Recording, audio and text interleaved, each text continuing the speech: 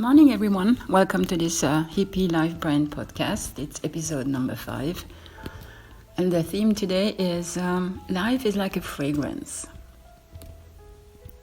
Well, I'm sure you have a fragrance, one that you really like, one that has been close to you. Or maybe you're the type that changes every week, every month, or depending on the season. So why is it that some of the fragrances are inspiring us, some are disgusting us? When we meet someone, do we pay attention to his fragrance, to the perfume he or she wears? Is it turning you on or off? Do you want to ask them to put on new fragrances? Well, I think life is a bit like that. As we grow older, we usually change our perfumes and fragrances.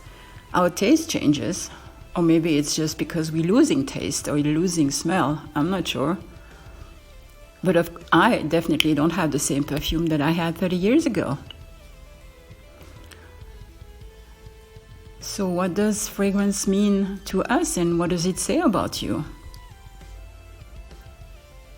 Some will say it's cultural. In some countries, you just don't put perfume. Out of the question. In some others, it's way too expensive.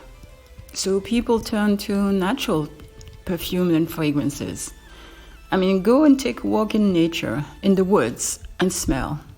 There will be hundreds of perfumes and fragrances, and it's only because we have a very limited sense of smell. Look at a cat walking down the street. His nose is a GPS, and he's just humming and smelling and turning left and right, and he's following the path of something else. Are we following the path of fragrances when we go through life? Do you like it sweet or strong, or do you like it colorful and fruity and delightful, or heavy and... What is your point of view? What is your stand to fragrances? I know some people don't want any fragrance on them. I used to have a colleague who had horrifying headaches, and she would fall on the floor and just disappear because she couldn't handle anybody's fragrance. And this is really bad. Trying to take an elevator with 10 people that have all different sets of fragrances, and some of them really don't know where to find the middle of how much is enough. So she was living a nightmare. So she had to start really working from home because she couldn't function. Her brain was shutting down. Well, I guess it's the same when you walk into a place and it smells horrible. We all have a different attitude to smells. Did you notice how some smell are remembering you some episode in your past, or bringing back memories, or good ones or bad ones for that matter? I remember having a fire in our house, and I didn't realize how traumatizing this was, other than the noise and the heat and the commotion. But like 10 years after, I got confronted to the smell of burn, and I still, at this point, cannot live in a house where there is a fireplace. I just cannot handle this. So that's about trauma, but it's about the smell too. Another thing is, when I travel, I usually take lavender essential oil with me because lavender is soothing my brain, soothing my mind. I get it. It's part of the naturopathy, alternative medicines, and it really works on your brain and on your soul. But it also, for me, is a memory of south of France and lavender fields. So what works for you? Did you pay attention? Do you know what ticks you off? Let's discuss this. So fragrance are part of our memories. I mean, we all have been in love with someone, and we loved the way he or she smelled, or the way her clothes or his clothes were remembering that he was there. And we got very romantic about this. And maybe when the whole thing faded, then you don't like that smell no more. Well, I guess life is just like that. It's like waves. Have you ever been in a relationship with someone who actually offered perfume to you or asked you to change? How did you feel about that? I mean, it's really difficult to, make perfume a present for any occasion.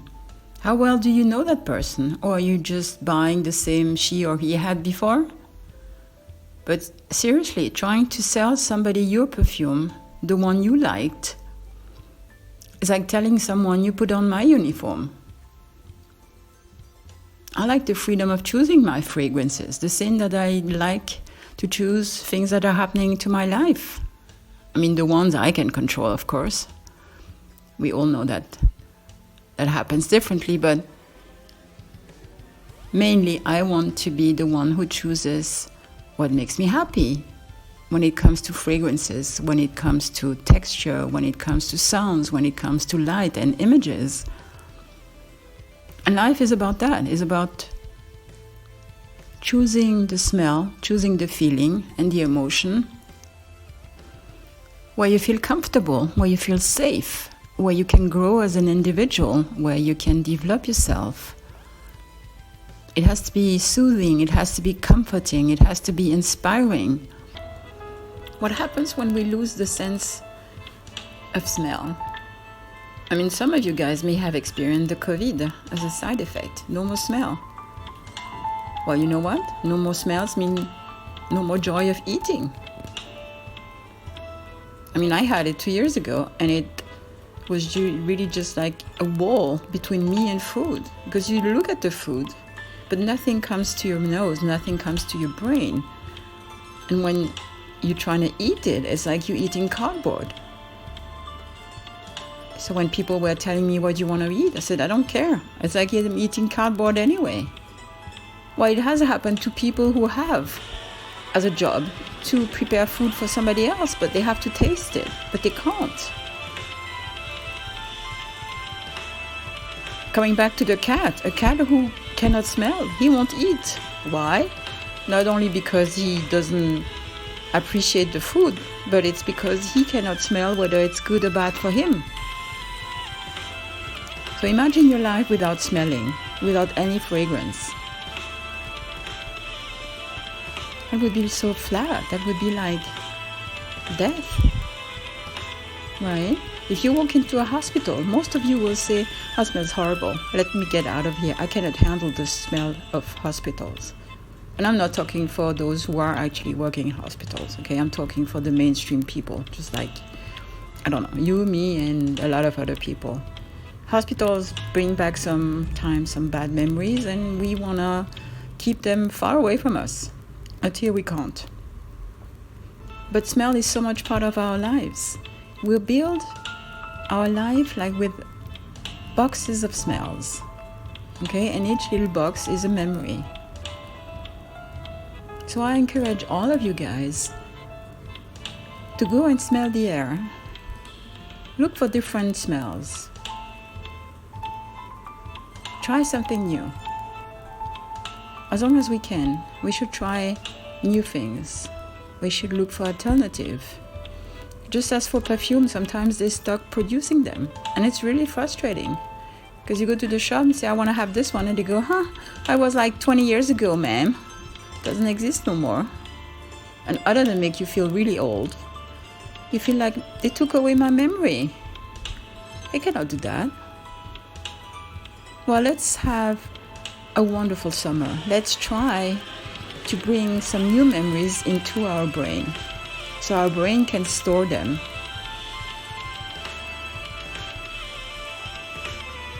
We deserve as much. And you know what? Once you know what works for you, I would suggest you buy little, bottles of your perfumes, and you keep them just like you did a long time ago. Do photo albums. And then when you grow older, your memories may have gone because you have Alzheimer or you have another illness or your brain just doesn't work that much. But if you have your smell, you'll be traveling through your age. You'll be traveling to your life. And I think it will be a wonderful travel. But we don't want to look back for now. We want to look ahead. So let's go and hunt for new fragrances.